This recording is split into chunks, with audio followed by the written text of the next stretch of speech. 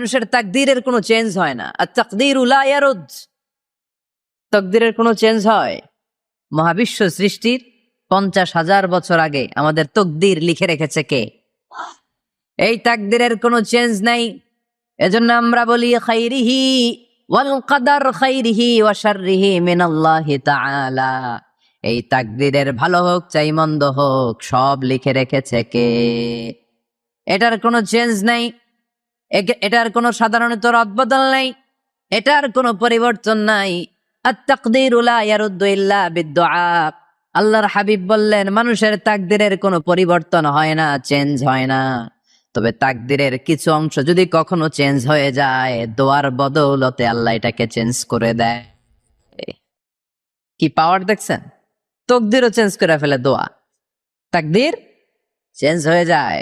আমরা প্রায় শুনি মুমূর্ষু রোগী, ক্যান্সারে আক্রান্ত, বাংলাদেশের সবচেয়ে বড় ডাক্তার ঘোষণা দিছে বাঁচবে না, বেশি বাঁচলে 3 মাস। কয় মাস? এরপরেও দেখা গেছে উনি 10 বছর বেঁচে ছিল। এরকম নজির এদেশে আছে না নাই? কিভাবে বাঁচলো? দোয়ার বদৌলতে। কিসের বদৌলতে? তো এটা যে অনেক গুরুত্বপূর্ণ, এটা কি আপনারা ফিল করেন, টের পান আপনারা? এটা অনেক powerful. It's like a missile. যুদ্ধে যেমনি সেনাবাহিনীরা মিসাইল হামলা করে, মিসাইল হামলা করলে যেমনি মিসাইল লক্ষ্যবস্তুতে যে ভেদ করে, দোয়ার মতো দোয়া করতে জানলে দোয়াটাও লক্ষ্যবস্তু যে স্পর্শ করে। সুবহানাল্লাহ পড়বেন না? আদ-দুআউ সিলাহুল মুমিন। দোয়া হচ্ছে মুমিনের অস্ত্র। শুধু AK-47, machine gun, Chinese Corel এগুলো আমাদের অস্ত্র না মিয়া। আমাদের অস্ত্র হলো দোয়া। রাতের তাহাজ্জুদের জায়নামাজে চোখের পানি ছাড়ার যে দোয়া, এটা আমাদের সবচেয়ে বড় অস্ত্র। চিল্লায় বলতে হবে, ঠিক কি না? এর চেয়ে দামি অস্ত্র আমাদের নাই। এটাই মুমিনের সবচাইতে বড় হাতিয়ার। দুনিয়ার সব কিছুর খেলা যেইখানে শেষ, সব কিছুর কারিশমা যেইখানে শেষ, ওইখান থেকে দোয়ার কারিশমা শুরু হয়ে যায়। এজন্য আল্লাহ বলেন ক্বালা রাব্বুকুম উদউনি আস্তাজিব লাকুম। ও আমার গোলাম, তুমি আমারে ডাকো, আমার কাছে প্রার্থনা করো, আমার কাছে হাত তুলে চাও, চাওয়ার মতো চাইলে সব আমি দিয়ে দেব। আবার আল্লাহ বললেন ওয়া ইযা সাআলাকা ইবাদি আন্নী ফাইন্নী করিব উজিবু দাওয়াতাদ দাঈ ইযা দাআন ফালিয়াস্তাজিবু লি ওয়ালিউমিনু বি লাআল্লাহুম ইয়ারশুদুন। ও নবী, আমার বান্দারা যখন বলে আমি কোথায়, আপনি বলে দেন আমি একেবারে কাছে। আল্লাহ কি কাছে না দূরে? সবাই বলেন কাছে না দূরে? ইযা সাআলাকা ইবাদি আন্নী ফাইন্নী করিব উজিবু দাওয়াতাদ দাঈ ইযা দাআন। ডাকতে দেরি, আমি ডাকে সাড়া দিতে দেরি হয় না। আপনি জীবনে যত দোয়া করবেন সব কবুল করে কে? কারণ আল্লাহর দরবারে না নাই, আছে শুধু হ্যাঁ। আল্লাহর দরবারে কি নাই? কি আছে? তাড়িয়ে দিতে তিনি জানেন না, ফিরিয়ে দিতে তিনি জানেন না। আমরা মাঝে মাঝে ফিরিয়ে দেই না? বাধ্য হয়ে অনেক সময় ফিরিয়ে দিতে। আল্লাহ তাআলা ফিরিয়ে দেন না। কোন ফরিয়াদির ফরিয়াদকে তিনি ফিরিয়ে দেন না, তিনি সব সময় অ্যাকসেপ্ট করেন। চাইলেই লাভ, চাইলেই আল্লাহ কবুল করে। অনেকে বলে হুজুর এটা কি বললে, কত কিছু চাইলাম দিল না তো আল্লাহ। এরকম অভিযোগ আছে না নাই? অনেকে বলে হুজুর আমি অনেক চাইলাম, আল্লাহ আমার একটা ছেলে দিও, একের পর এক মেয়েই হয়ে যাচ্ছে। আছে না নাই? অনেকে বলে হুজুর 4টা ছেলে, আল্লাহর কাছে দোয়া করতেছে একটা মেয়ে দাও, আল্লাহ দেয় না। কাবা ঘর ধরে দোয়া করে আসলাম, হুজুর আল্লাহ শুনলো না আমার কথা। এরকম বলে? ইউসুফের খিলে এরকম কেউ বলে? আছে, অনেকের আফসোস। তো আমি বললাম যাই দোয়া করলেন আল্লাহ কবুল করে নেয়, কিন্তু অনেকে বলে কই আমি তো করলাম পাইলাম না।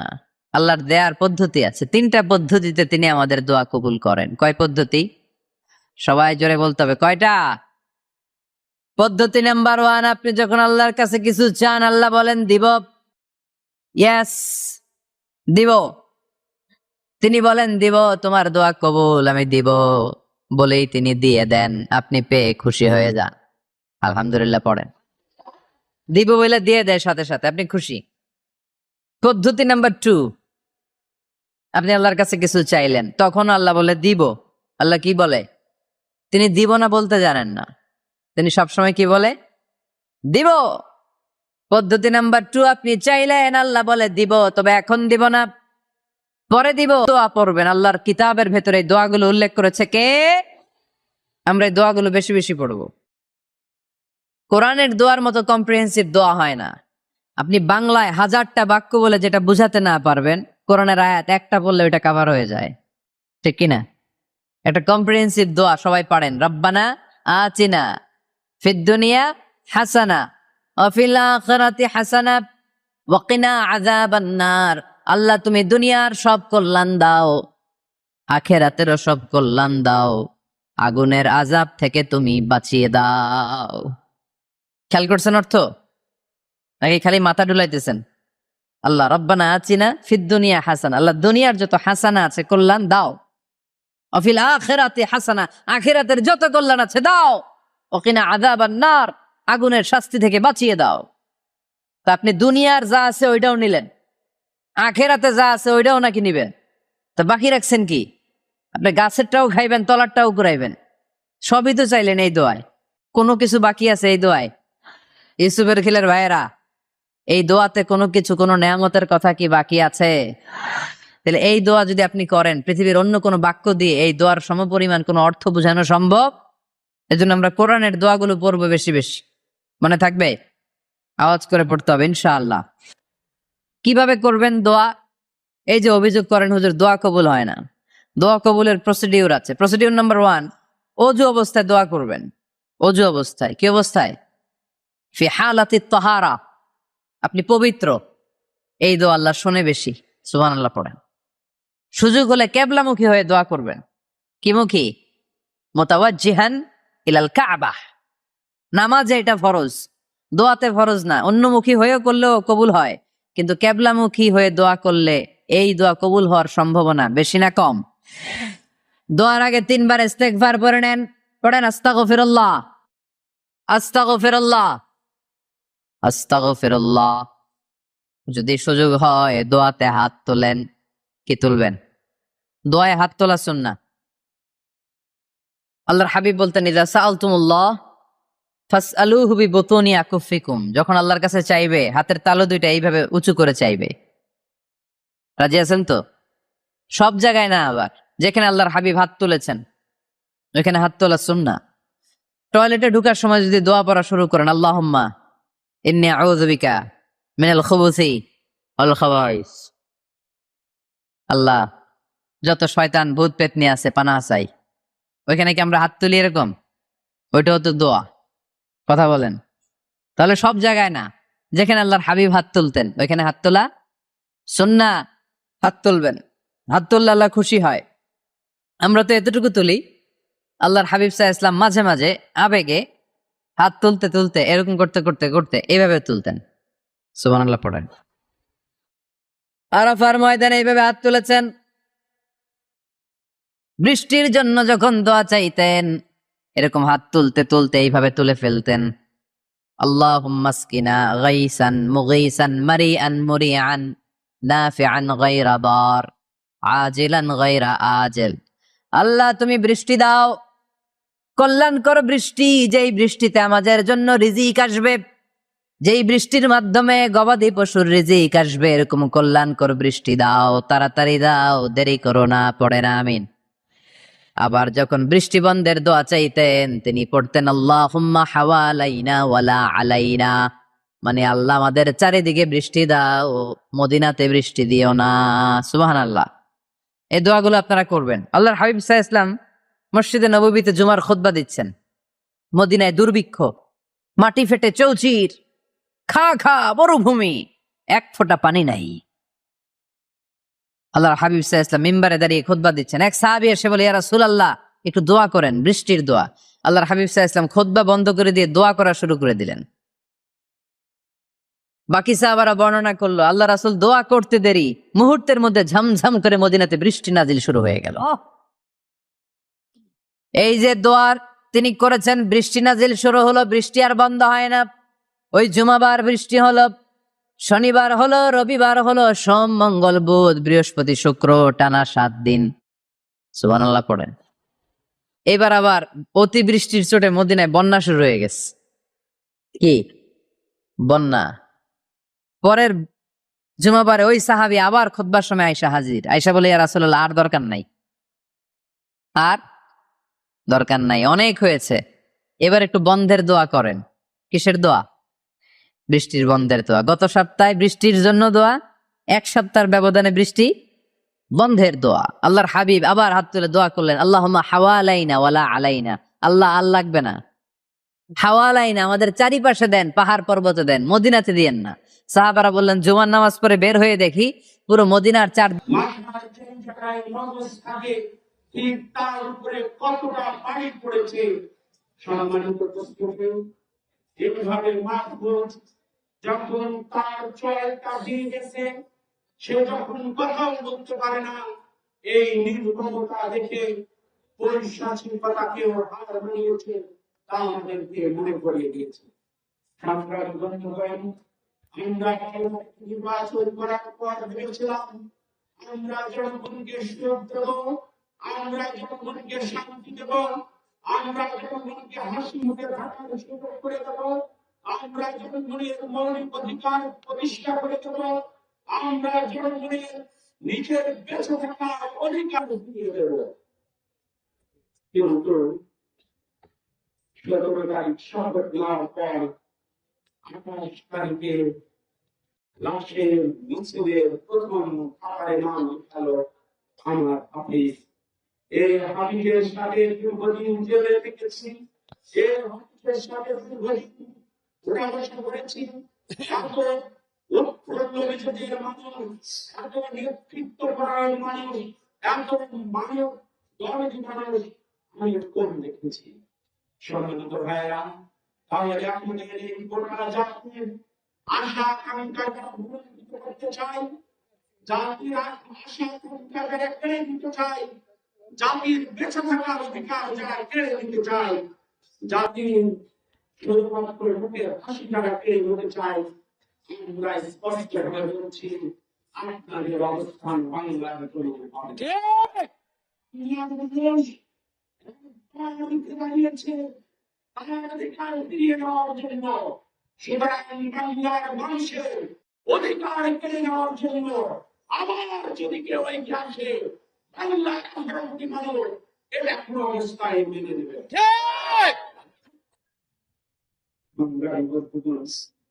আমরা কোনো হত্যাকাণ্ডকে সাপোর্ট করি না, আমরা কোনো হত্যার পরিষ্কার হত্যা করতে চাই। কিন্তু গতকাল রাতে ঘটনাঘটে পুলিশ প্রশাসনকে যখন ফোন করেছিল, পুলিশ প্রশাসন যদি সারা সারা এসে যেতে পারত, তাহলে ঘটনা হয়তো এরকম নাও করতে পারত। পুলিশ প্রশাসনের যদি কোনো রকম শৈথন্য থাকে, কোনো রকম মনোভাব থাকে, কোনো রকম ইন্টেনশন থাকে, তাহলে পুলিশের পিছনে বাংলার মানুষের আমরা স্পষ্টভাবে বলতে চাই, আমার হাফিজকে রাখতে নিয়েছ আমাদেরকে দুর্বল করার জন্য নয়। আমার হাফিজের রক্ত যে বাংলার জমিনে যে অঞ্চলে পড়েছে, সে অঞ্চল ইসলামী আন্দোলনের দুর্জয় করতে পরিণত হবে। আমরা স্পষ্টভাবে বলে দিতে চাই, 2 জন আসামিকে অ্যারেস্ট করা হয়েছে, বাকি ঝাড়খণ্ডী আসামিদেরকে অতি সত্বর অ্যারেস্ট করতে হবে।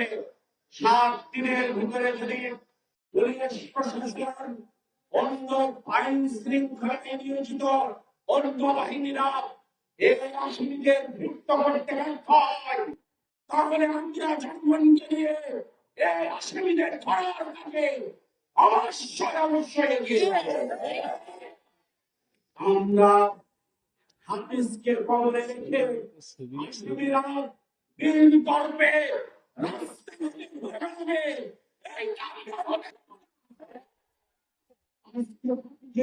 সন্তান আমার কোলের ভিতরে, হাফিজের সন্তান আমাদের সন্তান যারা জ্ঞান করেছে, তাদের বাংলার জমিনে কোন অবস্থায় স্বাভাবিকভাবে বেঁচে থাকার অধিকার নেই। বন্ধুগণ, আমাদের হাফিজের ছোট্ট শিশুরা কি অপরাধ করেছিল, তোমার কাছে কি অপরাধ করেছিল আমাদেরকে বলে দাও। ফোন আছে আজকে যে নবী ফোন আছে আর সাল্লাল্লাহু আছে, তো তোমাদের লাইভ কাছে আমি বলে দাও, যে মাহফুজ হাসপাতালের মধ্যে আছে, সে তোমাদের কাছে কি অন্যায় করেছিল আমাকে বলে দাও। তাদের নেতা হয়ে তোমাদেরকে বলছি, আমার হাফিজ, আমার মুফিজ, আমার মাহফুজ যদি তোমাদের পাকা বিনিময় দেয়, তোমাদের কোনো ক্ষতি করে, তোমাদের কোনো সম্পদ হরণ করে, আমি তাদের নেতা হয়ে বলছি তা তোমাদেরকে ফেরত দেব। কিন্তু যদি আমার হাফিজ, মফিজ, মাহফুজ যদি কোনো অন্যায় না করে, তাহলে তাদেরকে নির্মম ভাবে এই নির্যাতন তোমরা কেন দিলে করলে, এলাকার মানুষ তোমাদের কাছে তা জানতে চায়। সম্মানিত বন্ধুগণ, আমরা স্পষ্টভাবে বলতে চাই, সমাজ পরিচালন করে তাদের জন্য কোনো গোত্র থাকে না, তাদের জন্য কোনো দল থাকে না, তাদের জন্য কোনো পরিচয় থাকে না, তাদের পরিচয় একটাই, তারা অপরাধী, তাদের পরিচয় একটাই, তারা সন্ত্রাসী, তাদের পরিচয় একটাই, এই সমাজকে অসংলগ্ন করার জন্য পায়তারা করে। আজকে আমার থাকিয়া ঈশ্বর আছে, তার বিধবা স্ত্রী সন্তানের মধ্যে একটাই কথা বলছিল, আমরা কিভাবে, আমরা জানি না যে স্ত্রী কি হবে, আমরা জানি না হাফিজের কুটুমের কি হবে, আমরা জানি না হাফিজের ছোট্ট সন্তানের কি হবে। আমরা ওই মহান রবের কাছে শুয়ে বলতে চাই, ও আল্লাহ, দুনিয়ায় যখন কেউ এই পরিবারের পাশে থাকবে না, ও মাওলা, তুমি নিজ পুত্রকে এই পরিবারের অভিভাবক হয়ে যাও। সংগ্রামী বন্ধুগণ, আমরা জনগণের শান্তি দেওয়ার জন্য এসেছিলাম, আমরা জনগণের কষ্ট দেওয়ার জন্য আসি নাই। আমরা জনগণের শান্তি দিতে চাই, কোন মানুষকে কষ্ট দিতে চাই না। আপনারা যারা আমাদেরকে ছিলেন, আমাদেরকে বোঝেন, আমাদেরকে বুঝতে পেরেছেন, আজকে হাফিজ দাসকে অন্য কোন দলের কোন নেতায় বসিয়ে থাকত, তাহলে রাস্তাঘাটে যে আগুন জ্বলত, সেটা আপনারা একবার ভেবে দেখুন। বাড়িতে বাড়িতে যে ভাঙচুর হতো, তার একবার ভেবে দেখুন। দোকান বাসাতে যে লুট হতো, তার একবার ভেবে দেখুন।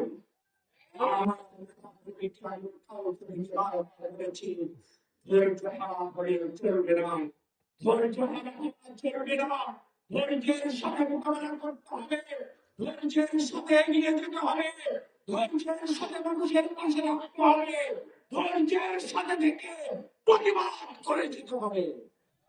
আমার কর্মীরা আমার কাছে শুনেছি, আমার কর্মীদের কাছে আমি কৃতজ্ঞ। আমার কর্মীরা কেউ আইনের হাতে তুলে নেয়নি, আমার কর্মীরা কারোর বিরুদ্ধে স্লোগান দেয়নি, আমার কর্মীরা কোনো বাড়িতে বাঁশের লাঠি দিয়ে আঘাত করেনি, আমার কর্মীরা কোনো মানুষকে নষ্ট করেনি, কর্মীরা কোনো করেনি। কর্মী সততার সাথে, ইনসাফের সাথে, ধৈর্যের সাথে এগিয়ে যেতে চায়।